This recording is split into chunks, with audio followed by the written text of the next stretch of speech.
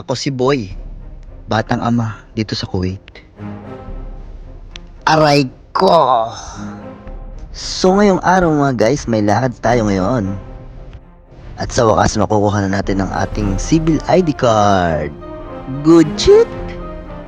Grabe, nakalimutan ko magdala ng jacket. Sobrang lamig nga pala sa labas. Oh shit! Grabe, sobrang excited ko kasi makukuha ko na yung aking card for the first time again. 6 months kong hindi nakuha yung aking card kasi nagka-problema ko sa address.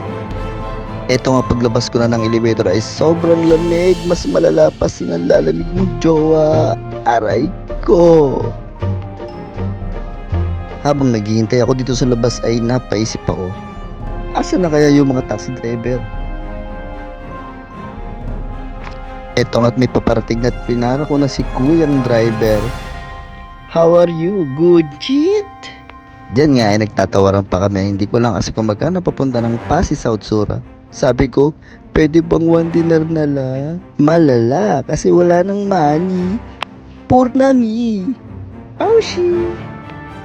Sa mga katulad ko dyan na wala ng address. So gumawa lang kayo ng paraan at magdasal.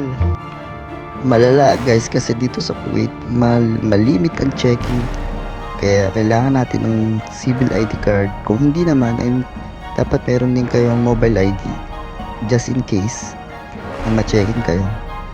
At ito na nga mga guys, may tip ako sa inyo.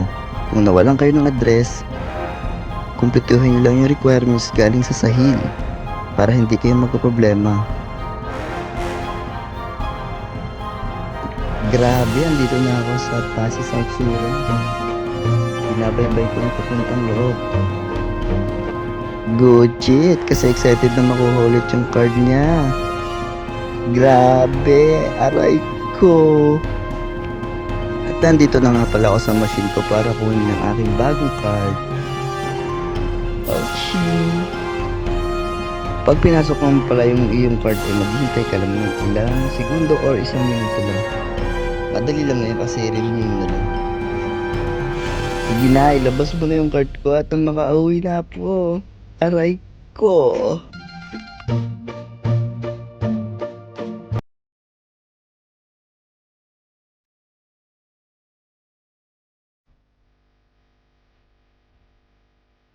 Dito nga ay lumabas na yung ating card mga guys. At ito na, success. Oh shit. At dito na matatapos ang video natin at pauwi na ako guys kasi may pasok pa ako. Good shit.